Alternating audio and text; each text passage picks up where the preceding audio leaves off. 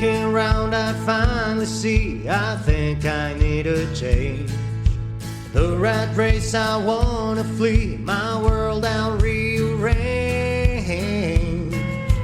I'm getting back to the roots of how it's meant to be. Growing gardens, picking fruit, racing livestock, living free.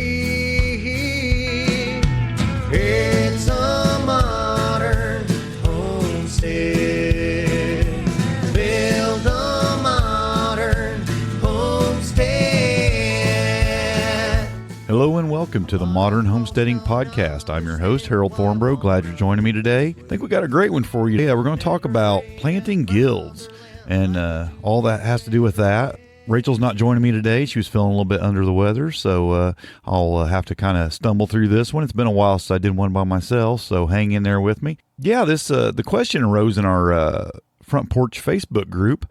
Someone was asking about guilds. They said we mention guilds a lot, but we don't really talk about what a guild is. So we thought, boy, an episode on guilds might be a timely episode. So that's what we're going to talk about today. Before we jump into that, I thought I'd just give you a little bit of updates on the homestead here. More seed starting. That's the thing this time of the year, just getting things started, get the germination process rolling and prepare for that spring planting. We're a few weeks out, so anything that's kind of a fruiting vegetable, we got it going. Plus, get the brassicas going. Those take a little bit of time. Some of that stuff. Anything that I'm really, at this point, anything that I'm not direct sowing is getting started in some trays. So that's kind of where I'm at with that. Finished pruning the trees. I had some apple trees left to prune, got those pruned, and now I've got this big pile of brush, and I've been kind of feeding it through the chipper shredder off and on when I get a chance, and making some wood chips for the garden and for the pathways and things like that. So that's kind of been the process around here for the last few days, and there'll be plenty more of that. I still have a lot of brush to go through. It's amazing when you start pruning these trees how much brush you get, which is good. I mean, it's also really surprising how much brush it takes to make a decent amount of wood chips. I'm always surprised when I start feeding those limbs through the chipper, and I don't end up with near the amount of wood chips you'd think you would have at the end. It's just like it looks like so much more than what you actually end up with. So yeah, that's what's going on around here this week. I did want to give you a book recommendation this week. The book I want to mention today is called Introduction to Permaculture by Bill Mollison. It's the smaller of his two books.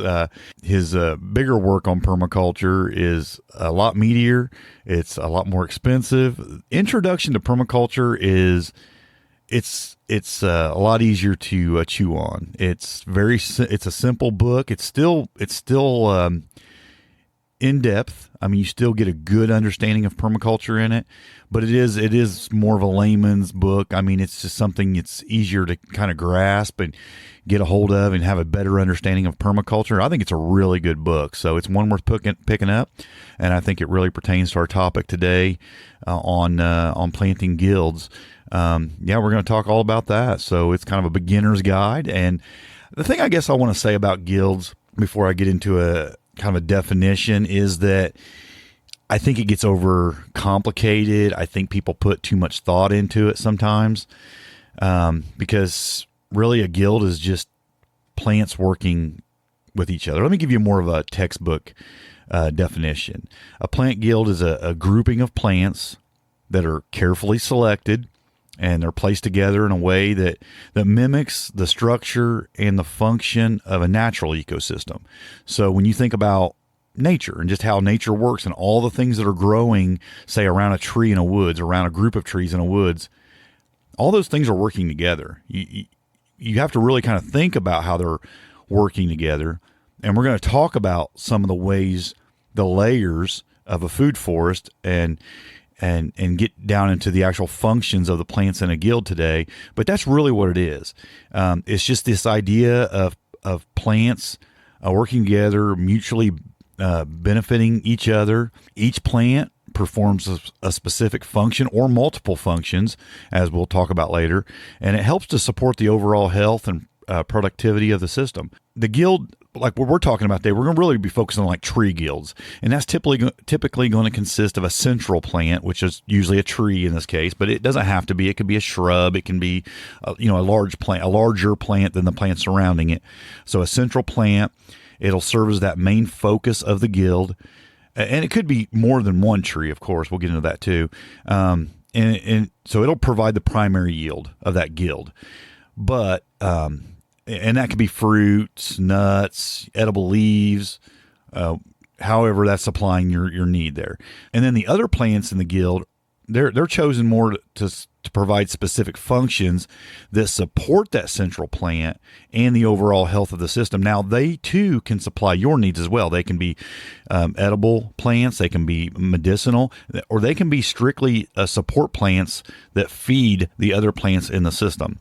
So they could be there for any kind of support like pest control, soil building, and we'll get into all the reasons that you might have them there. But they're really designed to be self-sustaining, just like nature. And require no or at least minimal inputs. I will say minimal because, as we'll talk about later, there is work required in a guild. It's less work than say an orchard if you were growing your fruit more traditional or more conventional way. But there's still work involved. I mean, I put a little bit of work into my guilds, but not like you would imagine. It just isn't that much. It really doesn't take a lot of time to go over and do the simple maintenance things. So it's minimal input.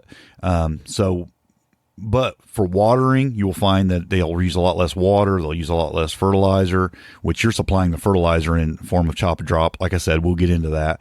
But once they're established, they're really pretty self-sustaining for the most part because they're mimicking the structure and the function of natural ecosystems. They help to create sustainable and regenerative food systems that are really in harmony with the environment that you're creating in your own yard. So they're just kind of a basic definition of them. Simply put, it's a group of plants working together. I mean, to accomplish something, supporting each other, supporting you, all working together in that guild. So that's basically the basic definition of it.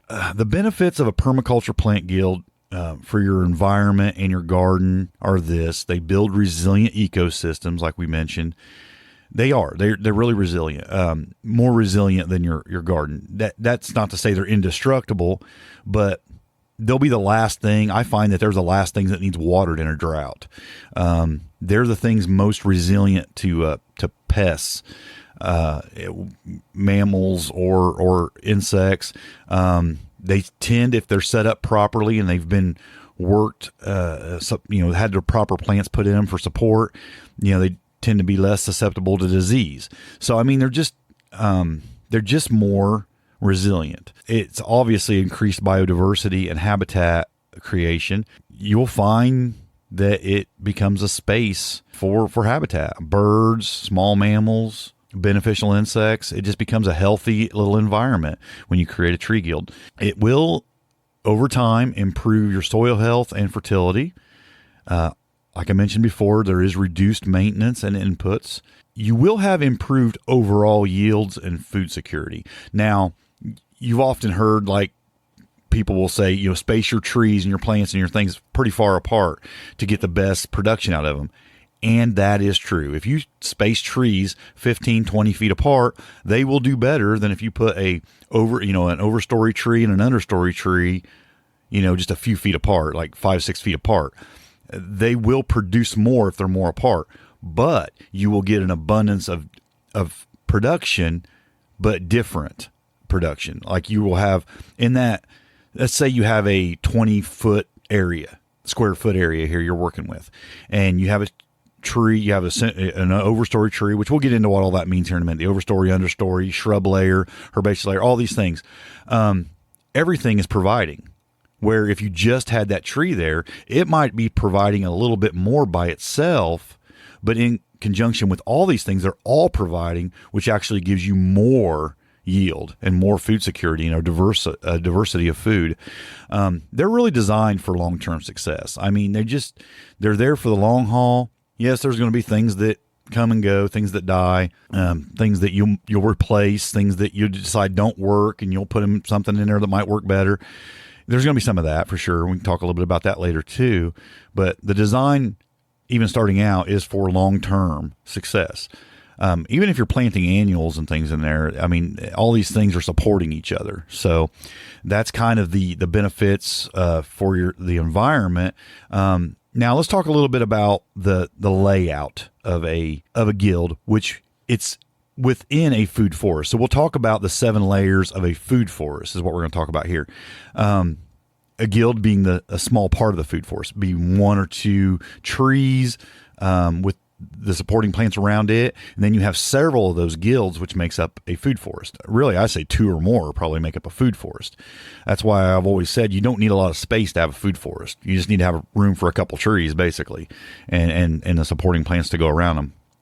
And that's really a food forest if you design it right. But anyway, the 7 layers that we'll talk about, there really is 8 layers, but I'll get into what that means here in a minute. Your tallest layer, your overstory layer, your canopy layer, that'll be your tallest central plant. That's going to be a large tree. It could be like a maple. It could be like a pecan or an almond tree. It could be a walnut tree. I was getting ready to say probably not a walnut tree because of the juggling. But it can be if you have the supporting plants, like say, for instance, a pawpaw could go next to a walnut. They can actually survive just fine. And you can actually there's a lot of plants that will grow around a walnut tree, like elderberry and things like that. So, I mean, there's things that you could even do it with a walnut tree. It's just not typically what we think about when we're talking about permaculture guilds. We're usually thinking fruit trees and whatnot. So we might have, a large fruit tree. Say my pear trees are pretty large. Okay, so then you got a pear tree. Now, there's next thing is a sub canopy or an understory layer. That can be large bushes, or it can be smaller trees, or trees that you just keep coppiced down or pollarded down to a certain size to where they stay as an understory. They could, for example, a black locust could be an overstory tree, or it can be an understory tree. You could prune that down and keep it down, and then it has other benefits that we can discuss here in a minute, but it can actually be an understory tree as well. Then you have a shrub layer. Those are your shrubs, your bushes, any bush plant. You can be any kind of berries, or it could even be small trees that, again, you could keep them cut so far down that they're really just a shrub. Like a mulberry, for example, you could really cut that down to a shrub size and it really be functioning more as a shrub layer. Then you have your herbaceous layer, and these are basically any of your ground plants. I mean, these are this could be like any of your herbs. Say you were planting dill or fennel or some peas or even some annual vegetables or something. It could be anything that's just a plant like that. Then you have your ground cover layer, which is going to be your lower lying plants, clover. I'll get into what some of these are in a minute, but that's your ones are basically there to cover the ground. And then you have your root crops, which you know what that is. That's just anything that's growing underground. The root is the food source. And then you have vertical layers. So these are your vines or your climbers. Those are 2 different things. Like cucumber would be a climber. Grapevines, of course, is a vine, or kiwi or something like that. So those are your 7 layers. Now, a lot of people will consider the 8th layer. The 8th layer is your fungal layer, your mycelium and whatnot. And why a lot of permaculture people don't include that is because if all these other things are in play and you have a healthy ecosystem, that's always there. That's not even something you have. Now, you can add a mushroom layer in there and actually have a fruiting mushroom that is part of the food source it's supplying. But even if you don't do that, there is a mushroom layer. It's just in the soil. So if it's a healthy, thriving ecosystem, there will be a mushroom layer. So that's the 8th layer that some mention, some don't. So let's talk about the supportive roles of the plants in a permaculture plant guild. So you have your layers there, but any one of those things can really function in some of these other supportive roles. For example, some of those layers can be nitrogen fixers. On your herbaceous layer, that can be clover, legumes, alfalfa. So you can have several things in the herbaceous layer that are nitrogen fixers. Even in the shrub layer, you have things like sea buckthorn or autumn olive or gumi. All those things can be pruned down to a shrub size and work as either a shrub or let them grow up a little bit and be an understory. And they're all nitrogen fixers as well. And even like I mentioned a minute ago with black locust, you got alder and black locust trees that they can eat. They could be understory, or you could even cut them way down and keep them coppiced and use them as nitrogen fixers also. So those can be your supportive role there as the nitrogen fixers. Another supportive role would be dynamic accumulators. And this would be things like comfrey, borage, plantain, yarrow, chicory, dandelion, dock, rhubarb. These are dynamic accumulators. What that means is that they have deeper tap roots and they pull up the nutrients from deeper down in the soil into their leaves, and then you'll practice what's called chop and drop. You'll remove leaves and stems and things, and you'll drop those on the ground within your guild and feed the soil and help supply the nutrients and the minerals that that all the other plants need, so they become these supporting plants in that way. They're a mineral replenishing plant. And I guess I should say what the nitrogen fixers are. Nitrogen fixers actually pull nitrogen from the air, and they actually have these these nodules on their roots that develop these nitrogen nodules. And then when you cut those plants, like when you say you cut black locust, those nitrogen nodules actually release. And then you can even use what you've cut back as chop and drop as well, and for mineral supplication to the guild. But the nitrogen will release once the plant has been cut back. So any of those things you would cut back, say an autumn olive or whatever, they're going to release the nitrogen into the soil.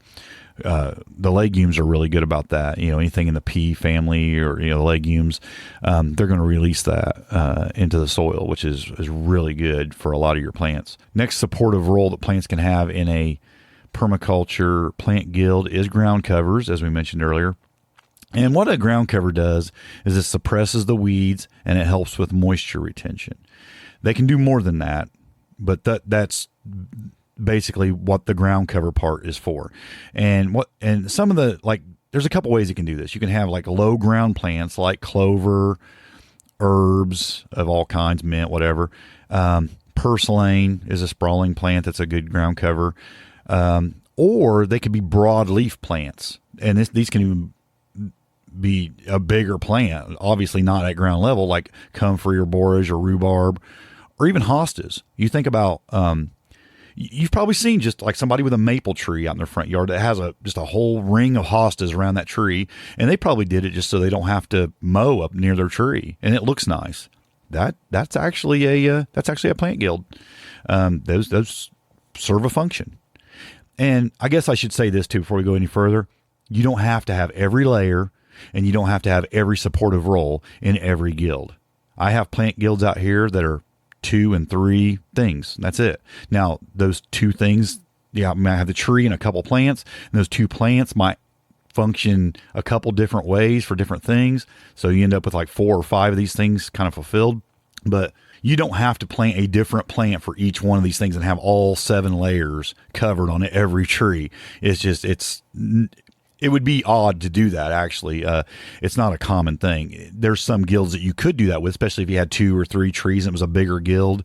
You could actually have a whole range of things in there. But most of the time, it's going to be 2, 3, 4 plants. Sometimes more if you just want to put one of each thing in there. But I have some that I have comfrey and yarrow is all I have around the trees. So, I mean, it just depends. But anyway, let's carry on with the supportive roles here. Insectary plants. These are ones that are going to attract pollinators and attract predatory insects. So attracting pollinators like bees, butterflies, hummingbirds. And again, here's the thing. You're going to hear a lot of these same plants being repeated. That's because the same plants can actually carry on with several roles. Comfrey is a great pollinator plant. Borage, again, great. Milkweed, goldenrod, yarrow, coneflower. I mean, those are great great at attracting pollinators, and there's hundreds more. I mean, so any of those things would work for attracting predatory insects. And you think, okay, why do you want to attract insects? Well, things like ladybugs, praying mantis, earwigs, wasps. These things are going to actually take care of a lot of your bad insects. If you got aphid, you don't want to have an aphid problem, have a lot of ladybugs. There's a lot of caterpillars that wasps will take care of. So some of the plants you might want to plant in your guild that would attract predatory insects are things from like the carrot family, like caraway, cilantro, dill, fennel, the aster family. That'd be like goldenrod, coneflower, sunflower, yarrow. Then you get into your mustard family, and you got like yellow rocket and wild mustard. And then pea family. And again, in the pea family, these things are also serving as nitrogen fixers, but you got alfalfa, lentils, chickpeas, and vetch. These things are great for drawing in predatory insects. So yeah, you can kind of just, and this might even get confusing to you because you're thinking, okay, what's this? You're naming all these things, so you're not telling me what really needs to go in a guild. Well, bear with me. We'll talk about that here in a few minutes. There's another supporting role that plants can have in a guild is balance of fungal population. Some plants actually fight off fungus, fight off things, like powdery mildew or there's just a bunch, especially when you get into like apple trees and certain kinds of trees that are just prone to fungal disease. Some plants do well in those kind of guilds to help ward that off a little bit. Things like chamomile, believe it or not, garlic. We've talked about that as we've covered garlic before, that it's something that will help kind of fight off fungal populations. Mustard, which we just mentioned a minute ago, is something, so another dual role plant. Basil is a great one for that as well.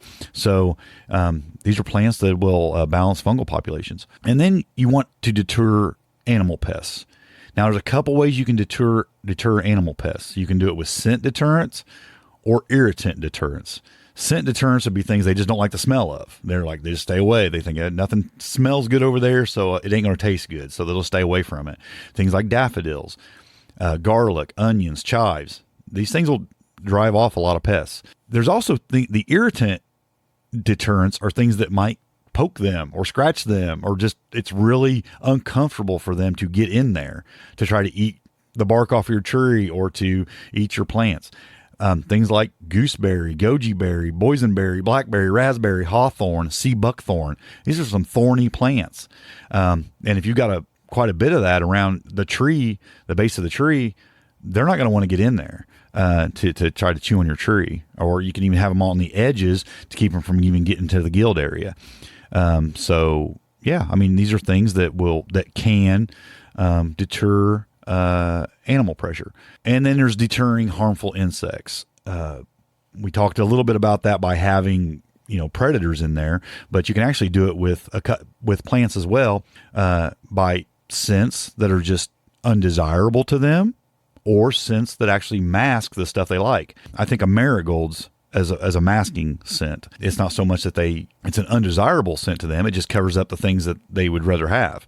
But there's lavender, basil, thyme, mint, lemongrass, chives, again, onions and garlic. All these things, and hundreds more. Each one of these are not exhaustive lists by any means. There's hundreds of plants in every one of these roles that you could choose from. And that's what I was going to get at. We are sometimes so focused on building a guild the right way that what we need to understand is there's really not a right or wrong way. If the plants support each other and they function and do the things you want to do them, there's dozens of choices you can go with.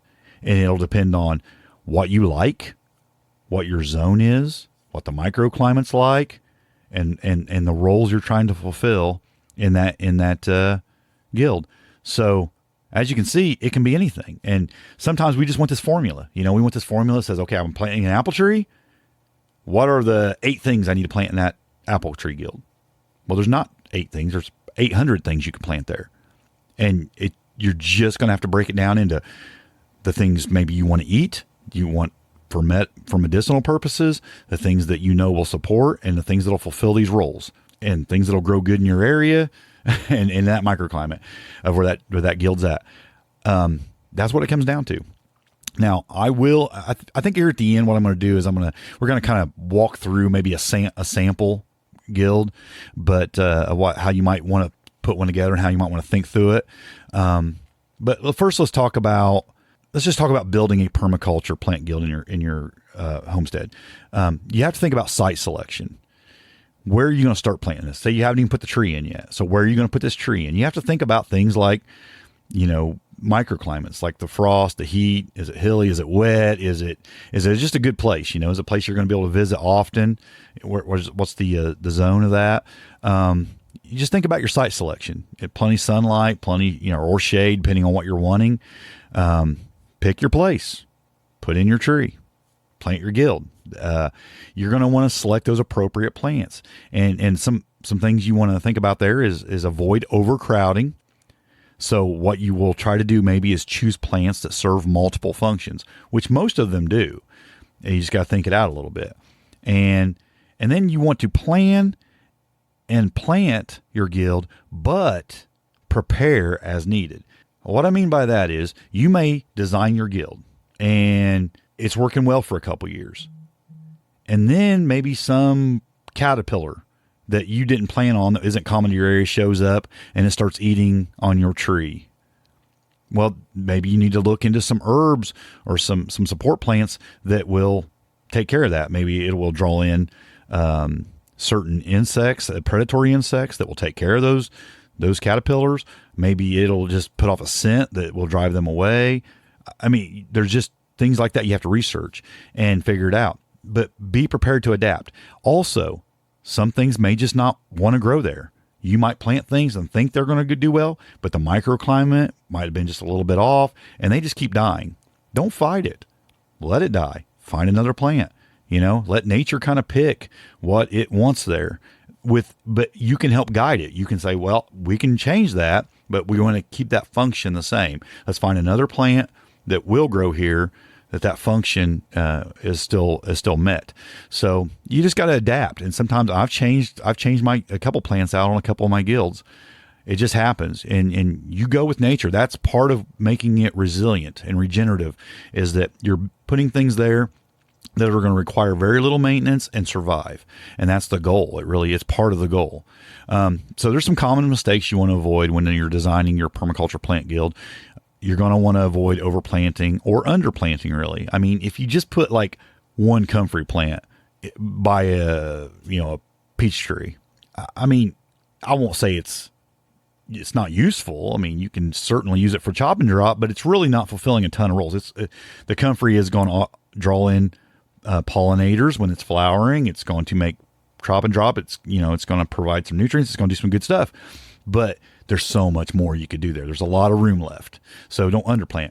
But you can actually overcrowd the area so much that nothing grows well too. So you got to be careful about that. Choose plants that will not starve each other out. Like if, you can have a lot of clover, for example, and that's going to, provide nitrogen to the soil. It's going to draw in pollinators. That's not really a problem. So, but if you started putting in, a bunch of heavy feeders, and you have no nitrogen fixer in there, it could actually pull a lot of nutrients away from your tree and actually hurt. The guild could actually cause harm to some of the plants in your guild, specifically the tree, if you didn't plan it out right. So you want this balance, and you got to think that out. You got to plan and plant and adapt, but be careful not to overplant or underplant. Make it useful, but it's hard to overplant if you have diversity.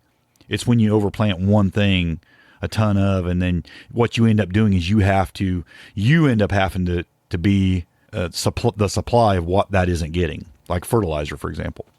I can't remember who it was. I think it was Sepp Holzer that said, he was talking about pigs, and he said, if you don't want to have a pig, then you have to be the pig. You have to do the things the pig won't do, right? It's that way in a guild too. If you don't want to have a nitrogen fixer, you're going to have to be that nitrogen fixer. So I mean, you're going to have to supply nitrogen for that guild. So you want to supply the things that it needs, so you don't have to be the thing that it needs. If you don't have ground cover, and it's drying, the ground's drying out extremely fast. Well, you're going to be the person watering that. You're going to have to be the one to fulfill that need. But if you put enough ground cover on, the ground stays moisture, it doesn't dry out, and it's more tolerant of drought. But you will end up being whatever it's lacking. So provide it with the things it needs, so it isn't lacking anything, and you don't have to be that thing for it. Also, another common mistake is ignoring the plant needs and preferences. Again, you don't want to just throw things in there kind of willy-nilly. You do want to think about it. You want to think about the different functions. You want to think about the diversity. You don't want to plant things. You don't want to plant a blueberry bush in there when the pH isn't going to be right. And if you have to change the pH for the blueberry bush, it's going to affect the other plants. So I guess what I'm saying is know what that plant needs and make sure it fits within that guild and it's operating right. We talked about walnut trees earlier in the jug loan. You can't plant some things next to a walnut tree. It just won't work. The plant will suffer.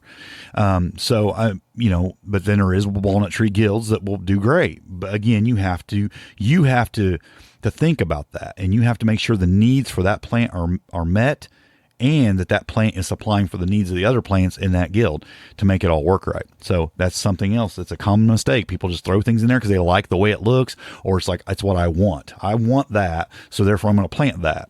But don't think about the fact that, does that guild want that? Is that guild going to have what that plant needs to survive? So think about that. It's a common mistake.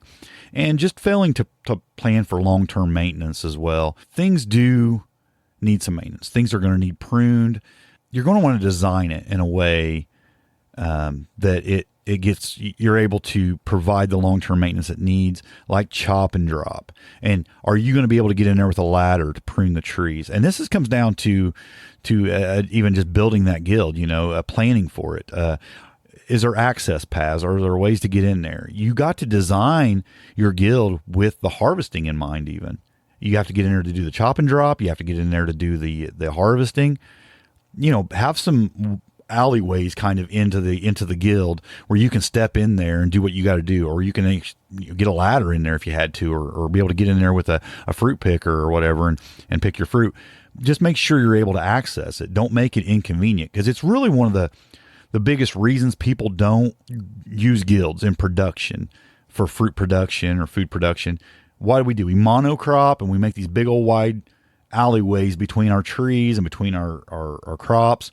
It's mostly for the harvesting. It's for easy access and for, to get in there to do the harvesting. So you got to think about that a little bit. It ain't going to be as easy as that, but at the same time, you do want to think about it a little bit, and it doesn't have to be this perfect circle around the drip line of the tree. It can be more long and narrow, and you can have like 2-3 trees in a row, and a kind of an oblong oval guild with a lot of support plants in there, to where you got some side access to everything, and you're not, say you could even make it, say, 6 feet wide, but 20-30 feet long, and have a couple 2 or 3.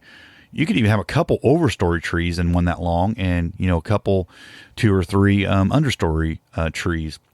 And then your shrub layers, and be able to reach in from the sides to access pretty much everything from one side or the other. So there's just different ways to design it, and you have to think about that when you're putting it together. And you obviously want to adapt build your guilds to adapt to changing conditions. Think about, okay, if I build a guild on this part of my yard, but then I'm putting another guild in my food forest 20 feet south of where that guild is. Well, and this guild on the north side has an apple tree in it, but the guild on the south side, I've put a walnut tree in, or a maple tree, or a pecan tree or something. Well, those trees are going to get bigger than the apple tree, possibly shade out the apple tree. So think about that when you're building. I mean, you got to think about the future, and is there going to be shade here one day, 5 years from now, that isn't here now? Conditions change, so you have to think about that. You want to think about how to prevent and manage your plant diseases and pests. And again, I mentioned that earlier. Change plants in the guild if the need arises. It's just part of the maintaining and adapting your guilds over time. So just be prepared for that, because it does happen. So I hope that gives you some clarity on, and I know it's so up in the air, because I think people just want that formula. They're saying, hey, I got an apple tree, I got a pear tree, I got a plum tree. Tell me what to plant around it. I mean, I can give you ideas on what to plant around it, but sky's the limit. I mean, there's so many plants that serve in these functions, and the combination, you take 100 plants in every one of those functions, and then you can mix match those plants. You got thousands of possible combinations of plants that you can combine to serve these same functions. So I guess what I'm hoping is that you just understand the process. You want to know, Google, nitrogen fixing plants, and then look through a list and then see if there's companion plants go with the other plants. And I mean, it's a process, no doubt, but you can figure out what goes together, what serves in that function, what you like, what'll fit in your climate, and then go for it. And if it doesn't work, change it next year, 2 years later. It's really, the trees are probably the only thing that's pretty permanent. In the sense that the recovery time on those, if you have to take those out and put another one in, is a lot longer. Most of the plants are pretty quick. So you get a crop and you get recovery if you have to change them out pretty fast. So here's what we'll do. We'll build a hypothetical apple tree guild. Let's just do that. And we'll see if this kind of helps you, the thinking process, okay? I'm going to start with, let's say I have a young apple tree that's maybe 3 years old, 4 years old. It's just starting to produce fruit. It's, 8 feet tall. It's just starting to produce, and I'm going to start working a guild around this. I'm going to start building this guild. Okay, what am I going to think of? I'm going to think of ground cover. So what would be some good ground cover plants to put around this apple tree? Well, red clover is fantastic. White clover. And I might just I think I'll do all these. I think I'll do a couple red clovers. I think I'll have a little bit more white clover because it's a little bit lower and it'll kind of fill in the gaps.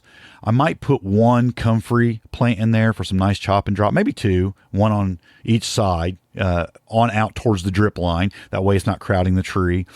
And maybe a basil plant. Now, the reason I might go with a basil is because it has the properties that will kind of help with to balance the fungal population. So let's throw us a basil in there as well. But it works as a ground cover. Why? Because it's bushier and it's, those leaves are not giant leaves, but it's a bushy plant, so it's got some ground cover quality. So we'll call it a ground cover here, but it'll also fill some other roles here in a minute. So red clover, white clover, comfrey, and basil.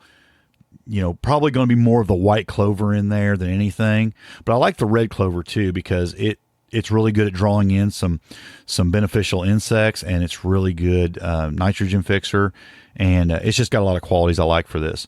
Now let's think about a fixer. Let's get a nitrogen fixer. So the apple tree is my overstory tree. So let's throw an understory tree in there. Let's throw a sea buckthorn in there. It can be a large shrub or a tree. You can prune it down to a shrub size. So it'll be an understory, but it's a taller understory. You could probably get it, keep it around 4 or 5 feet really easily. And it's a nitrogen fixer. And the clover is a nitrogen fixer that we already have in there. So we have nitrogen fixers. Let's think about dynamic accumulators. We already have the comfrey. So let's throw some yarrow in there because yarrow is a really good one for apple trees because of, it has a lot of qualities, but some we mentioned earlier was that it draws in predatory insects, and of course it also draws in pollinators. So it should be a pretty good one for our guild. So we'll throw that in there. Let's see what else. Let's think about. Again, this was just for the dynamic accumulators, and that is one. But now we look at our insectary plants. Comfrey's going to draw on the pollinators. Yarrow, again, it just does what I said it does. Clover is working great for the insects. And dill. I want some dill in there also, mostly for the smell. It's actually going to be a good deterrent also, but it will also draw in some beneficial stuff. So let's throw some dill in there. we mentioned for the fungal balance, we got the basil, and I want to put some garlic in there as well. So I want just sporadically, I'm going to plant some garlic in there. I think for animal deterrence, the garlic's going to work. The sea buckthorn's going to work because it's a thorny bush. So if we keep that a little closer to the base of the tree, the sea buckthorn closer to the apple tree, those thorns are really going to help, especially if you can kind of walk prune it to where some of the limbs kind of go up by the tree and around the trunk a little bit of the apple tree. It could really do a lot to deter some animals. And let's think about insect deterrence, the basil and the garlic. So I think, we didn't plant different plants for every one of those things. Well, we got maybe 7-8 plants here total in this guild. And is this right? Is this wrong? It's neither. I mean, it's right for me today, or it might be wrong for you today. I don't know.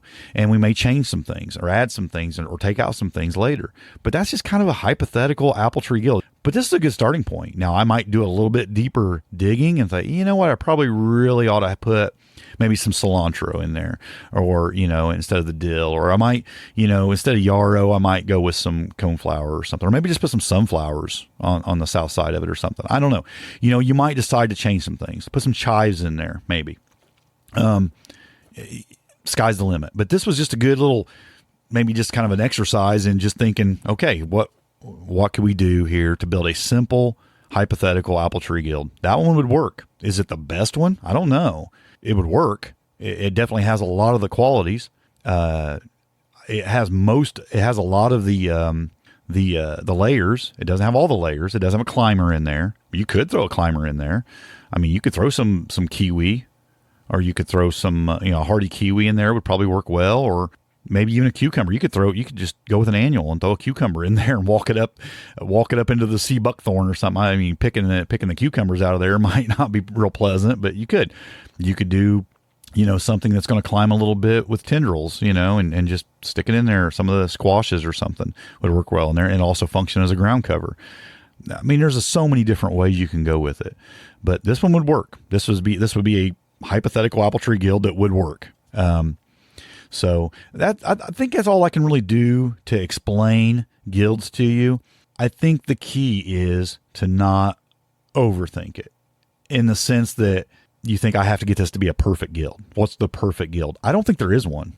I don't think there is one. There's so many options and they all work really good. And you could get carried away and you could just stuff everything in every guild, and your plants would probably suffer a little bit, honestly, because they'd just be so overcrowded that, things would probably just not do all that well. And you want all this stuff within a decent proximity of the main center overstory, right? I mean, if it's going to actually function, in the role of supporting everything in this guild, it needs to be pretty close together. So it'd be really easy to overcrowd if you try to put too much in there. Like I said, you want to look for plants that serve several functions. Like I mentioned comfrey like 4 times in that list. I mentioned yarrow a couple times. I mentioned clover like 3 times. I mean, these are the same plants serving in several functions. It's a great way to do it. It's a great way to not overcrowd, get some diversity, but yet, not have to worry about planting like 10, 12 different things, They all can do the function. So I think that's it, folks. I hope you got something out of it. These podcasts are definitely shorter when there's only one of us doing it, but hopefully I didn't speed through it too fast and you got something from it. And, I want you to get out there and build some guilds, because I think it's a better way. I really do. I think it's more resilient, more diversity. It's better for the ecosystem. It's better for your homestead. And I think you can really, I love the nature that it invites to. I mean, you just see a piece of nature on your homestead. When you have a food forest and you have these guilds supporting one another, and one guild will even support another guild, and then you get this whole food forest functioning together. It's kind of gets bigger and bigger and bigger, right? It all becomes one big giant guild, so to speak, as your food forest grows. But if you have one tree, in your yard, one fruit tree in your yard, start there. You have 20, start with a 1. Start with one, start with a guild. If that's the only one you do this year, get you a few supporting plants around that tree and just see how it goes.